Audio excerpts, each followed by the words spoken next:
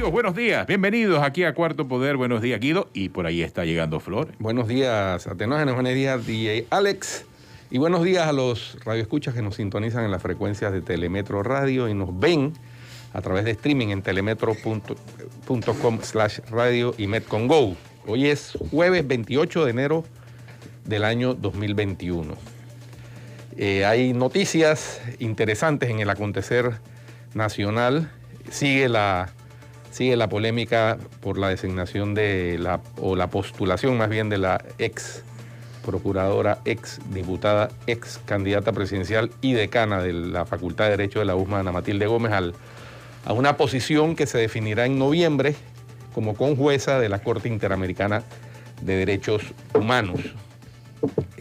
Ayer se volvió viral un escrito de esos larguísimos que acostumbra a poner frenadezo.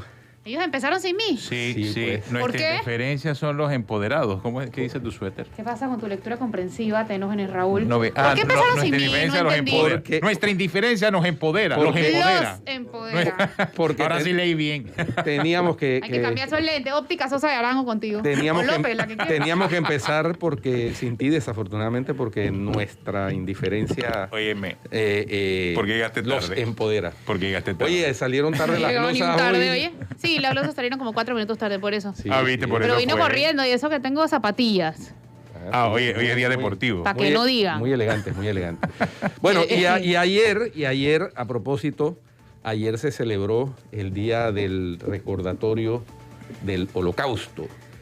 Para aquellos, y me llamó la atención que Facebook, una plataforma que tiene 2.700 millones de usuarios, ha decidido, así como se le critica por algunas cuestiones a Facebook, ha decidido que todas las personas que ingresen a su plataforma y busquen de alguna manera algún tema relacionado con la negación, el negacionismo que hay por parte de algunos grupos, así como hay quienes niegan la existencia del coronavirus y hay quienes son antivacunas y esto es parte en cierto grado de la libertad de opinión.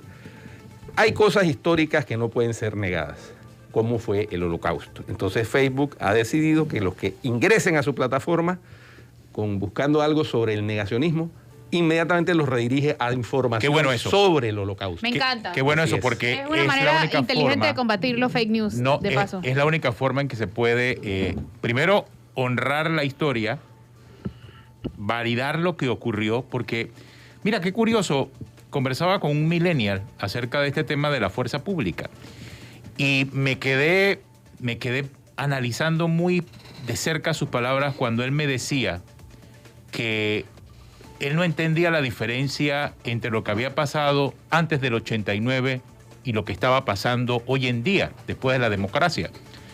Y lo decía de una forma muy llana y muy honesta. Un joven de 30 años, pero que obviamente él no vivió la dictadura, como tampoco Flor vivió la dictadura, pero su marco de referencia... Estaba muy chiquita cuando era la dictadura. Estaba muy joven. Pero me acuerdo. Te tocaron muy chiquita. Te tocaron los 5 últimos años. Sí, pero tenías 5 años tú no viviste las persecuciones. No. Pero me acuerdo de esa noche. Tu marco de referencia quizás es mejor porque eres periodista, porque has trabajado la historia, pero este joven, 30 años, él dice, yo nací en el 89 y realmente no, para mí es igual. Entonces... Allí es donde está la diferencia, y más en estos momentos, para explicarle a la gente lo peligroso que es la ignorancia frente a estos tiempos. Porque podemos caer y estos son los muchachos que van a votar ahora en el 2024. Bueno, mire, yo te quiero decir una cosa. Yo no conocía casi nada de la dictadura, salvo que era Noriega y ya, en la escuela. Yo porque me gusta leer y me he puesto yo a leer. Pero en la escuela no enseñan nada. En la escuela no enseñan nada de eso. Por eso te digo, cuando ya realmente aprendí... los detalles de la dictadura, fue cuando en algún momento hice un folleto que se insertó en la prensa, sí, pero yo tenía que 18 años, y ahí fue donde leyendo y escuchando testimonios, buscando los testimonios, yo empecé a hacer la historia, y me gustó de esa manera, porque yo solita fui entendiéndolo y armando el rompecabezas sin que nadie me lo matizara.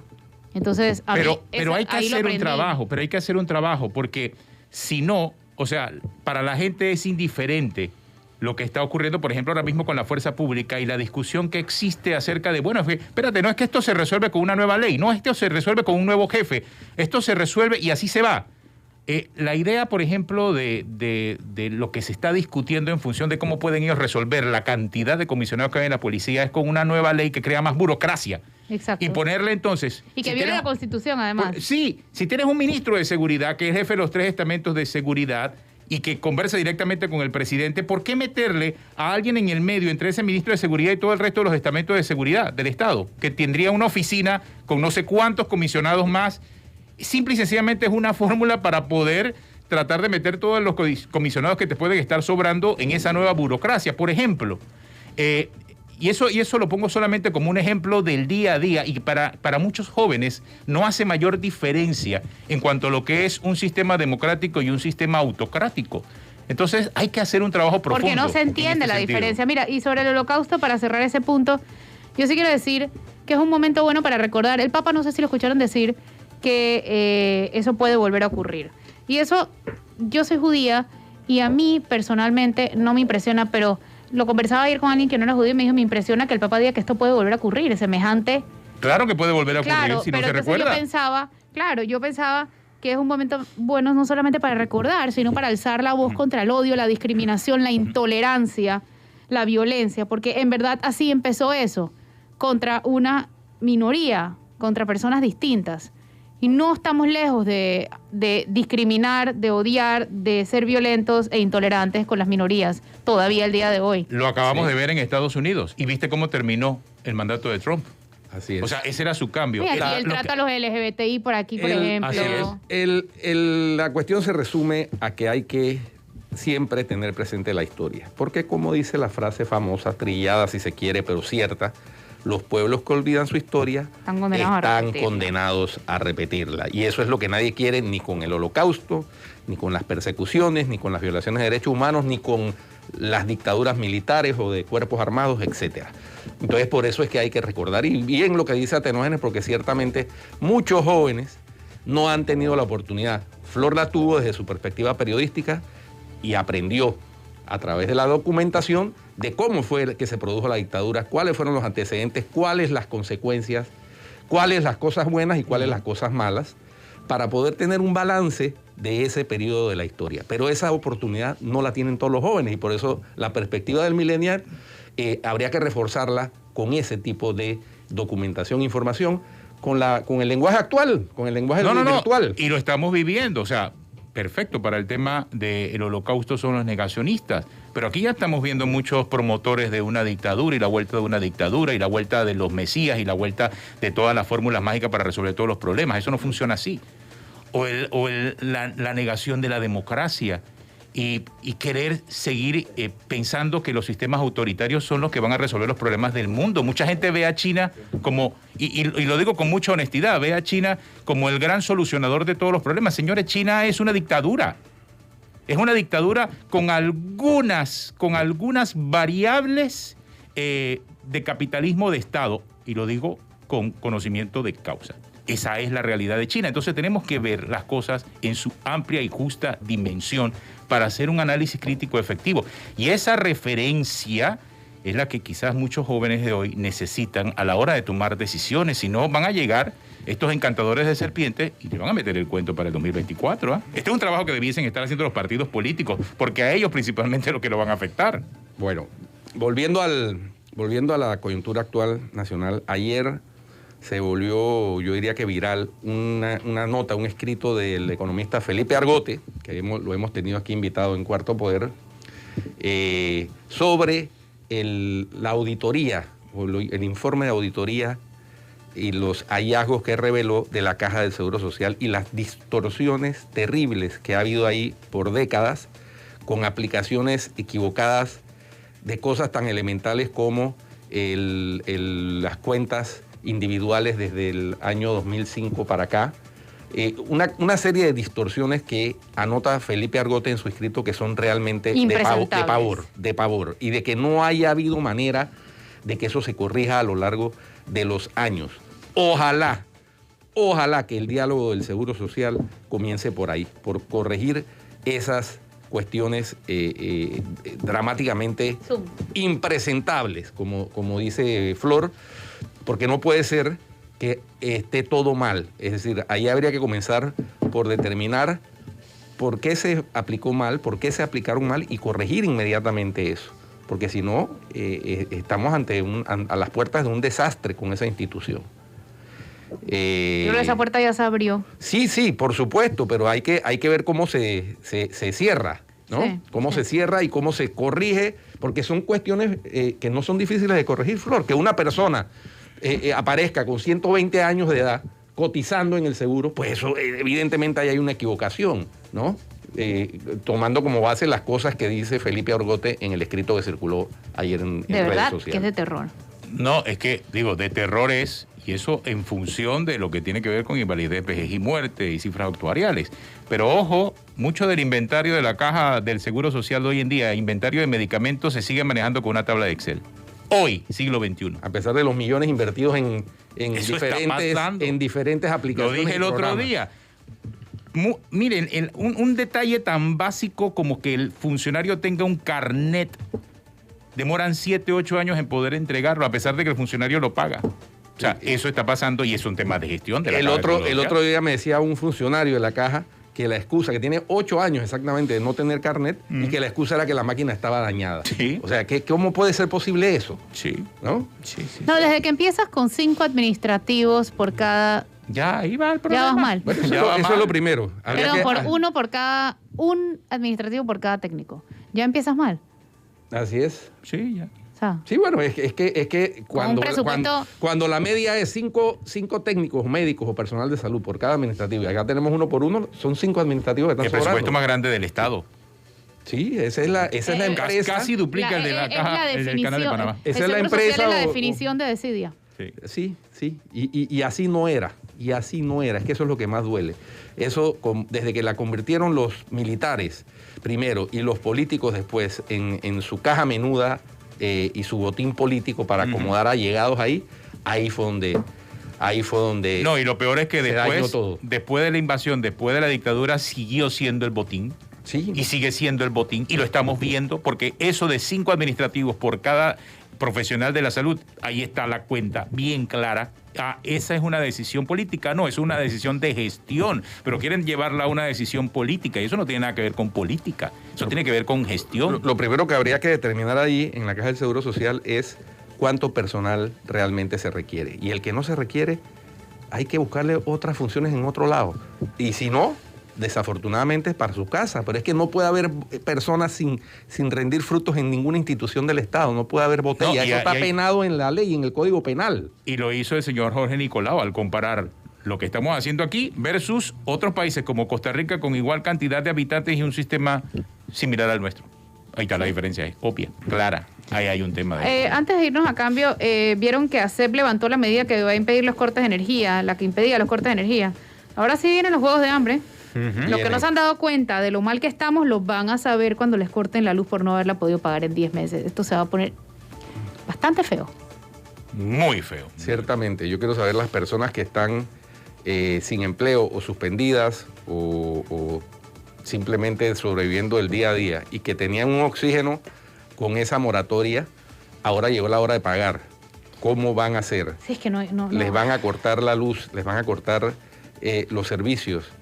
Y yo creo que el Estado tiene que ver cómo hace, porque si no estamos, como dice Flor, enfrentados a una realidad que nos puede explotar, y eso nadie lo quiere, ¿no? Eso nadie lo quiere, pero es verdad.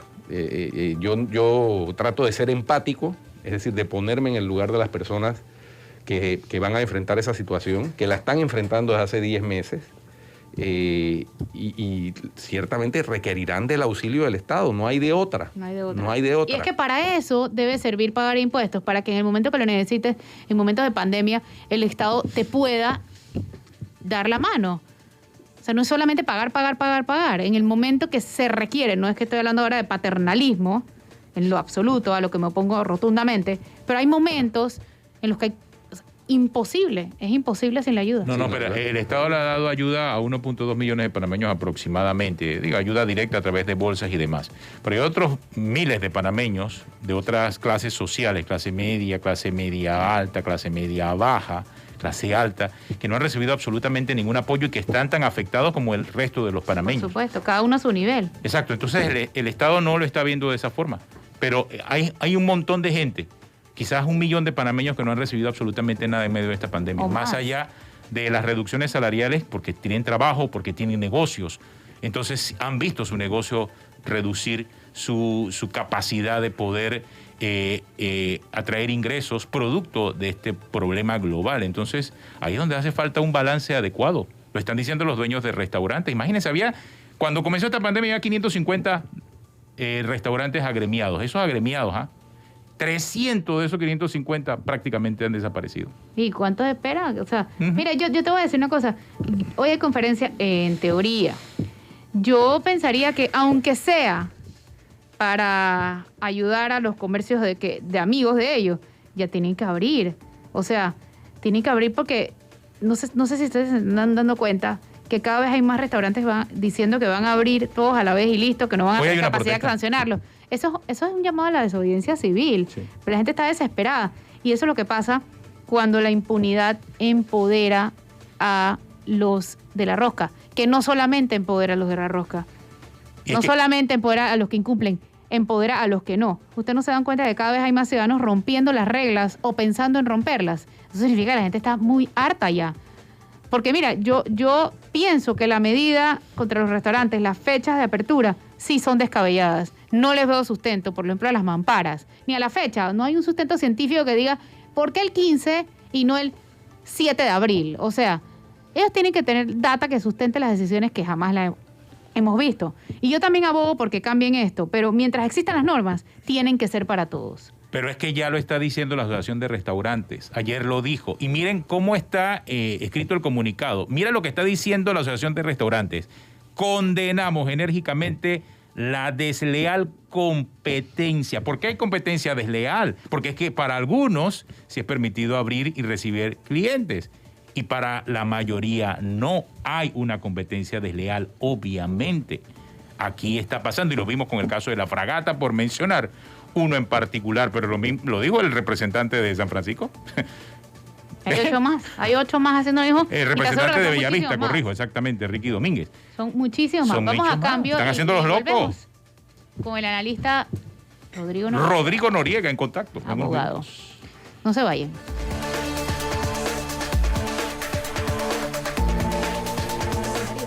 Sí, seguimos. Ya volvimos. Tenemos a Rodrigo Noriega. No Rubén Darío, Rodrigo Noriega. No, yo estoy hablando de Rubén Darío, otro. Tenemos a Noriega. ¿Conoces a Rubén Darío Noriega? Tenemos a Noriega. No, como Manuel Antonio Noriega. Tenemos a Noriega, pero Noriega de los buenos. Noriega de los mega buenos. Feliz año, feliz día de Henry Morgan, feliz día de todo. Feliz día de Rodrigo, gracias por acompañarnos hoy. Rodrigo, ¿viste la ley única de seguridad que quiere pasar el gobierno para que todos los estamentos de seguridad tengan la misma ley?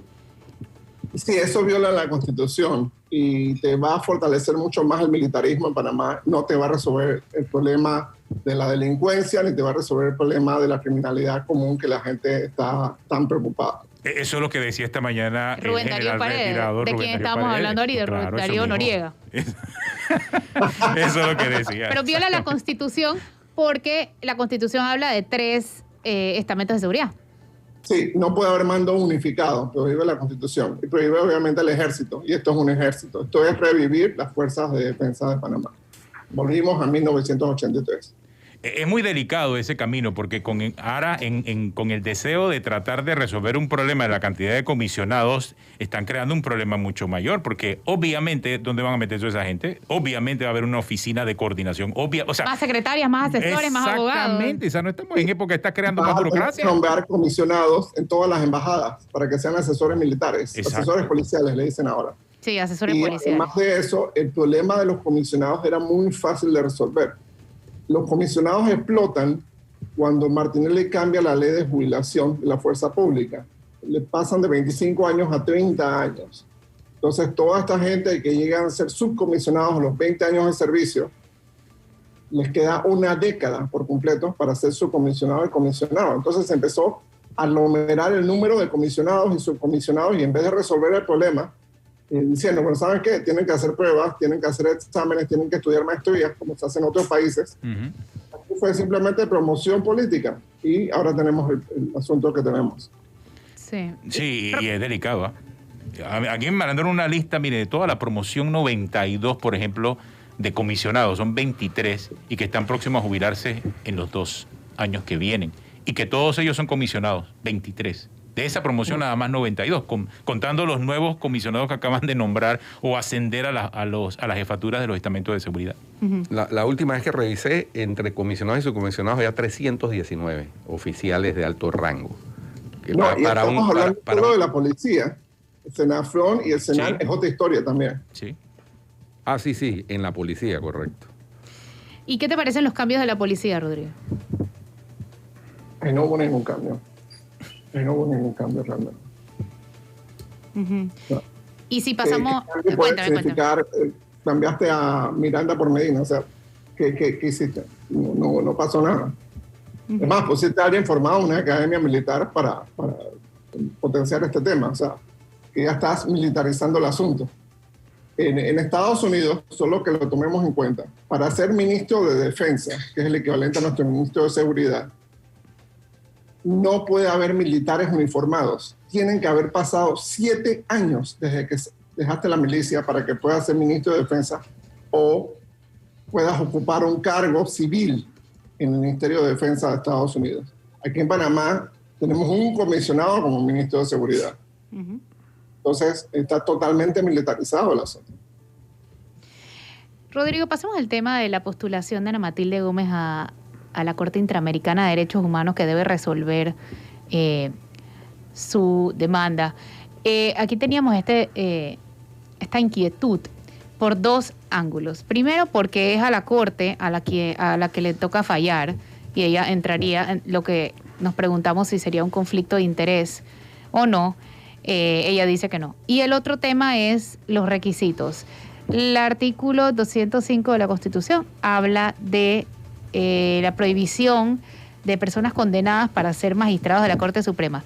Y el artículo 52 de la Convención de la Corte Interamericana de Derechos Humanos habla de los requisitos para los postulados, y dice que tienen que cumplir con las reglas que exige la máxima judicatura de su país, que en este caso es la magistratura. O sea que como ella no podría ser funcionaria del órgano judicial acá, mucho menos magistrada, tampoco en teoría cumpliría con los requisitos para ser conjueza de la Corte Interamericana de Derechos Humanos. Entiendo que tú eres de la opinión contraria por lo que leímos ayer en el análisis que hiciste en la prensa. Me gustaría entender por qué. Bien. Empezaron el programa de hoy, Cuarto Poder, recordando el Holocausto.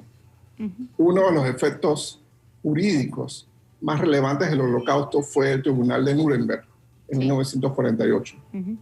Ese tribunal fue un tribunal que fue duramente cuestionado por los propios abogados en Estados Unidos, en Europa Occidental, de que era un tribunal que violaba las normas del debido proceso, porque era un tribunal que se establece con reglas posteriores a los eventos horribles del Holocausto y los terribles crímenes de lesa humanidad que se cometieron.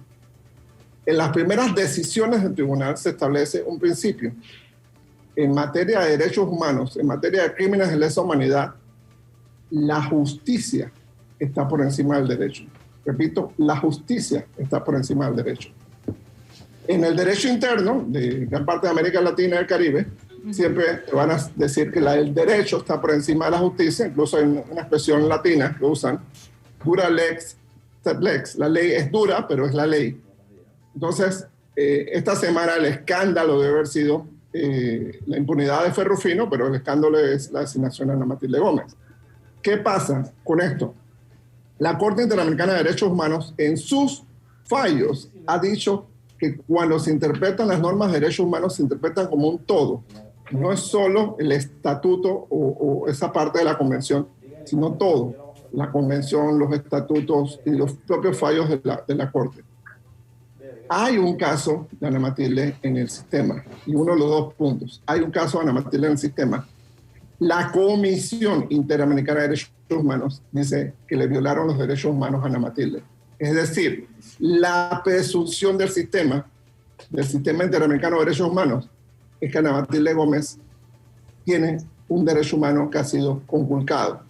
Por lo tanto, de acuerdo con la interpretación de conjunto que hace la Corte Interamericana de Derechos Humanos, de que la justicia está por encima del derecho, sería un asunto tremendamente injusto y que promovería la impunidad de la delincuencia política, desconocerle a Ana Matilde Gómez su posibilidad de ser jueza del sistema, porque en Panamá la condenaron de forma política, precisamente porque la Comisión Interamericana de Derechos Humanos dice eso en su fallo del 2018, en su decisión del 2018. La Comisión Interamericana de Derechos Humanos dice a Ana Matilde Gómez le violaron sus derechos humanos y este caso debe ser decidido por la Corte Interamericana, dado que el gobierno de Panamá se niega a reconocer esa violación. Ahí hay dos aristas bien interesantes. ¿Quién tiene que reconocer como una violación de los derechos humanos a Ana Matilde Gómez? La Corte. El Ministerio de Relaciones Exteriores. ¿Quién está postulando a Ana Matilde Gómez? El Ministerio de Relaciones Exteriores. Entonces, ¿qué me dice a mí? Puede ser que el Ministerio de Relaciones Exteriores haya presentado algún desistimiento diciendo, sí, el gobierno de Panamá se aviene a esta decisión, a este hallazgo de la Comisión Interamericana, reconociendo que sí hubo una violación de derechos humanos, por lo tanto, la condena es, para efectos del sistema interamericano, ¿no? Es una condena inválida y por lo tanto no hay ese obstáculo. Respecto al caso, el estatuto de la Corte establece un sistema igual que todos los sistemas judiciales, para manejar los conflictos de intereses. Los jueces no ven temas en su país. O sea, hay 7 jueces. Entonces, si hay un tema de Panamá, ella no lo puede ir a ver. Exacto. Igual que la comisionada Esmeralda de Toitiño, ella no puede ver temas de Panamá. Entonces, ya de por sí, eso la sacaría de la carrera de ver algún tema relacionado con Martinelli o los hijos, por ejemplo. Tampoco lo pudiera ver, porque exacto, los jueces no pueden ver temas en su país. Así es. Rodrigo, muy interesante el análisis. Sin embargo, primero lo que decidió la comisión fue que si de probarse, de ser probados los alegatos de destitución arbitraria de la presunta víctima de su cargo de Procuradora General de la Nación en un proceso que violó sus garantías judiciales, entre ellas la aplicación retroactiva de una sentencia cuya interpretación constitucional era menos favorable y que alegadamente fue desarrollado bajo presiones políticas, podrían caracterizar posibles violaciones. Es decir, la comisión no ha dicho que se violaron los derechos, porque eso lo decide la Corte, no la comisión. Y estoy leyendo textualmente el informe de admisibilidad. Segundo, si Ana Matilde tiene un caso, yo concuerdo, de hecho ayer hice ese análisis que tú acabas de hacer, si Ana Matilde tiene un caso contra Panamá, contra el Estado de Panamá, y la Cancillería del Estado de Panamá la postula, eso puede ser un indicio de que el Estado está en capacidad o en decisión de retirarse, de no pelear ese caso y reconocer que se le violaron los derechos, que es perfectamente posible, porque no de otra manera se explica esto. Y como las elecciones son en noviembre, ¿verdad? Esas elecciones de los conjueces son en noviembre, pues hay tiempo suficiente para que el impedimento que existe, porque no es que, o sea, yo entiendo la posición de que la justicia debe prevalecer frente al derecho, pero tampoco se puede desechar el derecho. Entonces, hay tiempo suficiente, si esa es la posición del Estado panameño, y me parece que interpretar que es así es lo correcto, para que en el récord policivo de Ana Matilde no aparezca la condena, que sería el efecto de que el Estado desista como parte demandada y diga, sí, efectivamente, aquí se le violaron los derechos y entonces la condena queda anulada y entonces ahí se elimina el impedimento de aquí a noviembre. Pero hoy ella está impedida, independientemente de la parte filosófica de que debe prevalecer la justicia. Ella no está impedida aquí por el tema de que si hay un caso ante la Corte, para efectos de la Corte, no hay cosa juzgada. Entonces, para efectos de la Corte no hay cosa juzgada porque ellos van a conocer el caso. Pero Rodrigo, para la sentencia, entonces sí habría cosas juzgadas. Rodrigo, con todo respeto, para poder llevar un caso ante la Corte, Para que la comisión admita un caso que se presenta ante la Corte, se requiere que haya cosas juzgadas, que haya una sentencia en firme y ejecutoriada. Corrijo, se requiere agotar los recursos internos. Sí, pero el agotar el recurso interno es que haya una sentencia que no esté sometida a recurso, en este caso, como es una sentencia de la Corte, a recurso de revisión, que es el único que cabe. Como ella no interpuso recurso de revisión, la sentencia está en firme y ejecutoriada, y por eso se agotó el derecho interno. Pero hay un elemento que destaca Rodrigo en su escrito de ayer, que yo sí quiero aquí aterrizarlo con ustedes dos, porque creo que el debate es saludable. Dice Rodrigo que la sentencia judicial que condenó a Ana Matilde Gómez es objeto de un recurso ante este sistema interamericano de derechos humanos, por lo que no es una decisión definitiva. Explícanos eso, Rodrigo. Ok. Desde el momento en que hay una impugnación de una sentencia, la sentencia de Ana Matilde, recordemos, fue el 12 de agosto del 2010. No había sistema penal acusatorio, era el sistema viejo. En el sistema viejo, si había un fallo de la Corte, punto, se acabó. No había más recursos. Lo que hizo Martinelli con la Corte no era posible en el 2010. Eso tenía que esperar la entrada en vigencia del sistema penal acusatorio.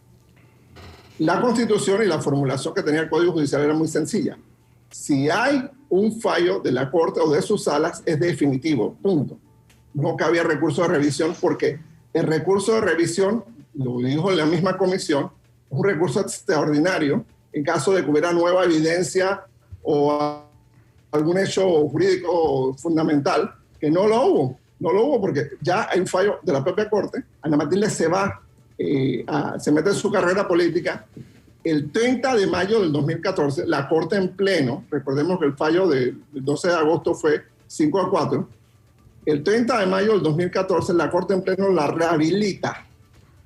En la solicitud de rehabilitación de ella, hace una solicitud amplia. La Corte le contestó otra cosa. Bueno, ese es un tema de la Corte. Pero la rehabilitan y eso fue lo que le permite a ella ser diputada. Pero ella sigue su proceso contra el Estado panameño por el tema de su destitución como procuradora. El caso de ella era un caso conjunto con Rigoberto. A ella la juzga la Corte por ser procuradora y a Rigoberto, como él renunció y demás, le toca un juzgado ordinario. El juzgado absuelve, sobresee, dicta un sobreseimiento sobre Rigoberto. Y esa es parte del expediente.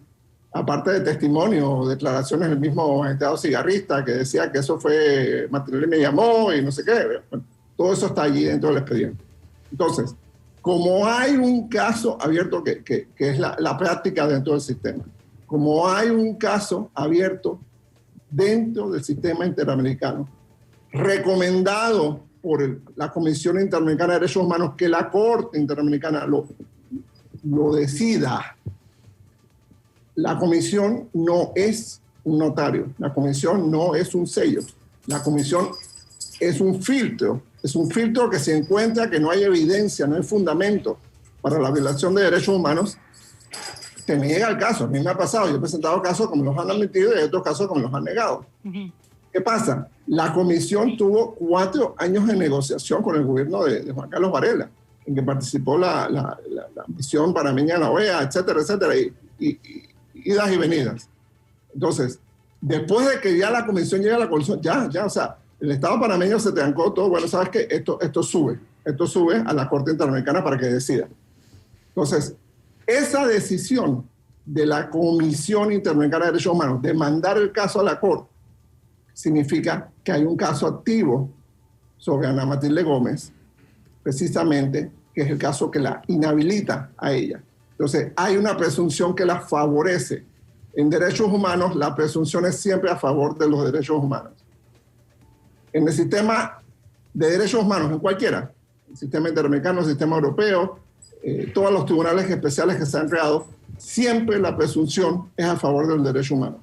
Siempre la presunción. En caso de duda, en el sistema constitucional de derecho, en caso de duda se favorece al reo, se favorece las presunciones a favor por ejemplo, del principio de legalidad a favor del Estado. En el sistema interamericano de derechos humanos, en caso de duda, la presunción favorece al derecho humano, favorece al reclamante. En este caso, la comisión tuvo 4 años de negociación con el Estado panameño, no llegó a ningún lado, y la comisión lo manda a la Corte. Entonces, eso inclusive favorece aún más a la ex procuradora, porque la comisión no manda todos los casos a la Corte. Yo te lo puedo decir. Yo he presentado más de 16 casos a la comisión y la comisión no los manda todos a la Corte. La comisión trata de resolver ella los casos diciendo al gobierno, oye, corrige esto, vamos a negociar, siéntate aquí, vamos a conciliar, vamos a ver esto. Entonces, toma mucho tiempo que la comisión decida, ¿sabes qué? Cerramos esto y lo mandamos a la Corte.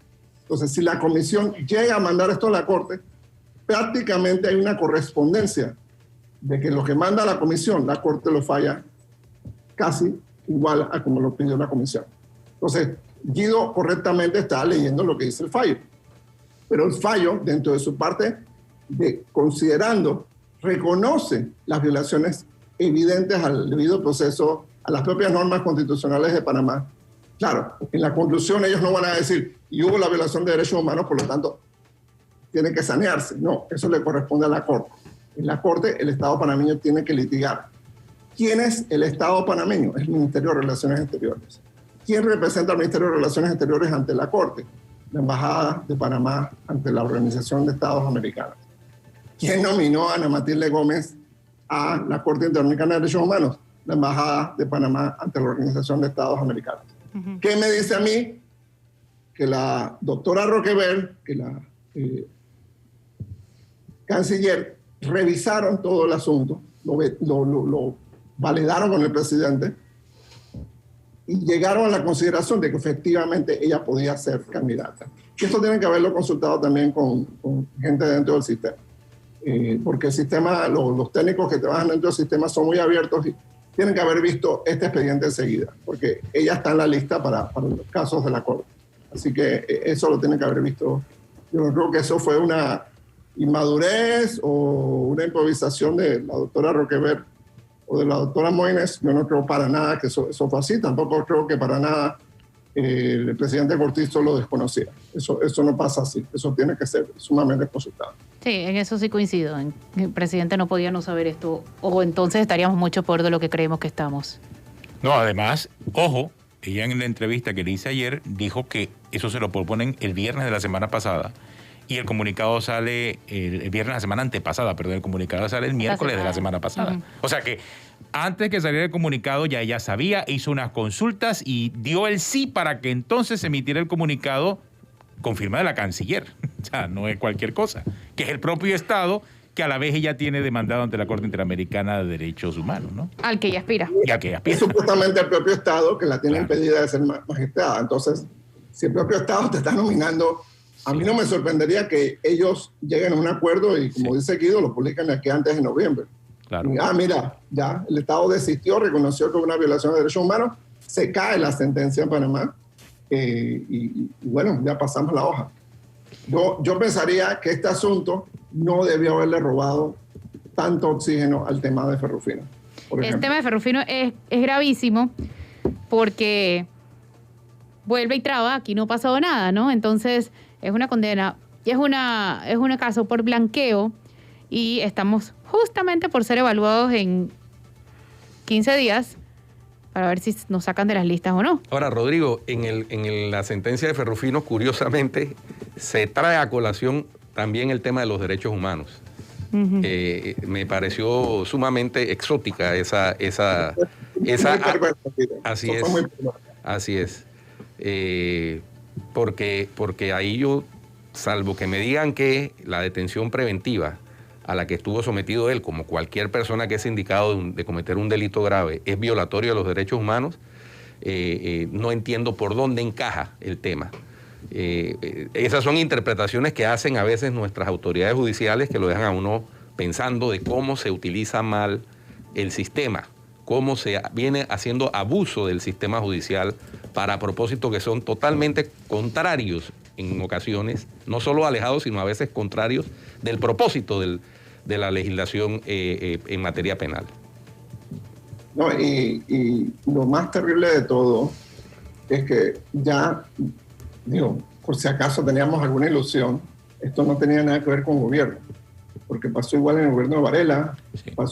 Ha pasado en este gobierno, entonces quiere decir que la capacidad del sistema judicial para enjuiciar gente es nula, o sea, de verdad ya, digo, ¿Quiénes han sido? Rafael Guardia, Cucalón y bueno, y San Malo Alvarado. O sea, ya, San Malo, perdón. Sí. Ahora, Rodrigo, profundizando en eso de Ferrufino, de acuerdo a lo que entiendo del fallo, y de aquí en adelante parece que va a ser así. O sea, de un informe de auditoría solo se puede desarrollar un proceso, entonces. Y creo que no es así. Creo que hay mucha gente en el sistema que ha sido condenada en iguales características y condiciones. ¿O me equivoco? Iguales situaciones. Mira, hay un montón de gente, Guido Rodríguez te lo puede contar. O sea, hay un montón de gente que con un informe de auditoría se hacen múltiples acusaciones. Así es. Porque hay múltiples por una cajita menuda de ¿qué? $1,000, ¿no? Más o menos. No, es que no tiene nada que ver, porque imagínate que para cada procesado, sindicado, imputado, como lo quieran poner, vinculado en el caso de la jurisdicción patrimonial, hubiera que producir un informe de auditoría. Eso no es lógico. Exacto. Un solo informe de auditoría puede dar lugar a múltiples imputaciones, a múltiples vinculaciones, y eso sin yo lo que vi, haya un doble juzgamiento. Nada, es que no existe. Por eso aquí eso están... yo lo vi durante 5 años y 4 meses que estuve al frente de la Fiscalía General de Cuentas, y les pongo un ejemplo que a mí me gusta poner, el caso de los helicópteros. ¿Por qué? Porque ahí está también vinculado el señor Ferrufino. Ahí se llamó a juicio a 5 exministros, incluyéndolo a él, en la jurisdicción de cuentas, y 13 empresarios, con un solo informe de auditoría. Entonces esas son las cosas que yo concuerdo con Rodrigo. Nuestro sistema judicial, yo no sé, porque en el papel está definido bien, pero en la práctica, en la praxis, depende mucho de la voluntad de cada operador judicial y de la visión de cada operador judicial, y eso a mí me viene preocupando no de ahora, discrecionalidad. desde hace muchos años, y entonces no hay supervisión sobre las actuaciones equivocadas, cuando no de mala fe, de los operadores judiciales. No hay supervisión ni sanción. Yo creo que fue un pacto de impunidad que no nos enteramos. Bueno, lo firmaron y quiénes lo firmaron. Uh-huh. Y la Corte, el órgano judicial lo está ejecutando. Porque nadie de los importantes y nadie de los que son, obviamente, ya sabemos lo que son, va a pagar por esto, por todo lo que pasa. Y cada día salen más evidencias, Rodrigo. Ayer en una publicación en un medio español que reprodujeron ustedes en la prensa digital, da cuenta de cómo se desviaron fondos de FCC hacia la Caja 2 de Odebrecht, fondos que eran fondos públicos panameños y que fueron a parar a los bolsillos de funcionarios panameños a través de testaferros y de sociedades usadas para tratar de blanquear ese dinero, el origen ilícito de ese dinero. Yo vivo al frente de un puente de FCC, uno de estos pasos elevados, $70 millones. Todos los días tengo que escuchar los choques, tengo que escuchar las ambulancias que llevan personas muriéndose, porque las razones de la COVID terminó en la tumba muerto, y ambulancias estancadas en un puente que no los deben moverse para un lado o para el otro. Choques de toda naturaleza, accidentes, han atropellado personas que antes, yo tengo 15 años de vivir acá, antes de ese puente no las atropellaban. Entonces, la única razón de ser de ese puente, obviamente, es un acto de corrupción, porque no resolvió el tráfico, no ha mejorado la calidad de vida y, obviamente, no te lleva a ningún lado a otro. Entonces, ¿cuál es la razón de ser de esos puentes? Pues la corrupción. Yo me acuerdo, Rodrigo, que en una charla que me tocó dar en la USMA, y hace años ya de esto, alguno de los muchachos que asistía a la charla me mencionó la manida frase esa de robó pero hizo. Y yo le dije, no, usted está equivocado. Lo que pasa es que hizo para robar, que es diferente. Sí, totalmente. Hizo por para eso robar, tenemos tantas obras tan bonitas pero tan innecesarias también. Sí. O no se construyeron hospitales donde no había luz. Bueno, o sea, aquí se hizo todo al revés. Cuando se construyeron, porque ahí está la Ciudad de la Salud. Entre otras. Entre otras. Oye, Rodrigo, gracias por acompañarnos, por tu tiempo y por tu experiencia siempre muy atinada. A ustedes. Muchas gracias, Rodrigo. Gracias, Rodrigo. Saludos. Y con su suéter de Los Santos, Rodrigo. Él no falla. Está caracterizado. Eso es lo que es. Eso es lo que es, santeño. Una pausa y ya regresamos aquí en Cuarto Poder.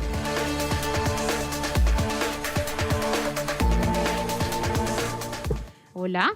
Seguimos aquí en Cuarto Poder. Muy bueno el análisis de Rodrigo Noriega. Sí, hombre, Siempre lúcido él. Rodrigo sí es una persona con la que se puede llevar un debate de altura, Sí. de carácter jurídico, sin convertirlo en calle arriba y calle abajo, que es lo que desafortunadamente ocurre en las redes como manifestación No, y a veces de lo que son- hay en el ambiente. A veces queda en humo, porque nada más queda el humo del debate de los muertos y heridos que quedaron y el fondo, o sea, la gente hasta se olvida del fondo. Pero aquí quizás, y yo creo que al final hay que cerrar el círculo entre lo que dijo Rodrigo, lo que planteaste, Guido, es la posibilidad que el Estado panameño desista.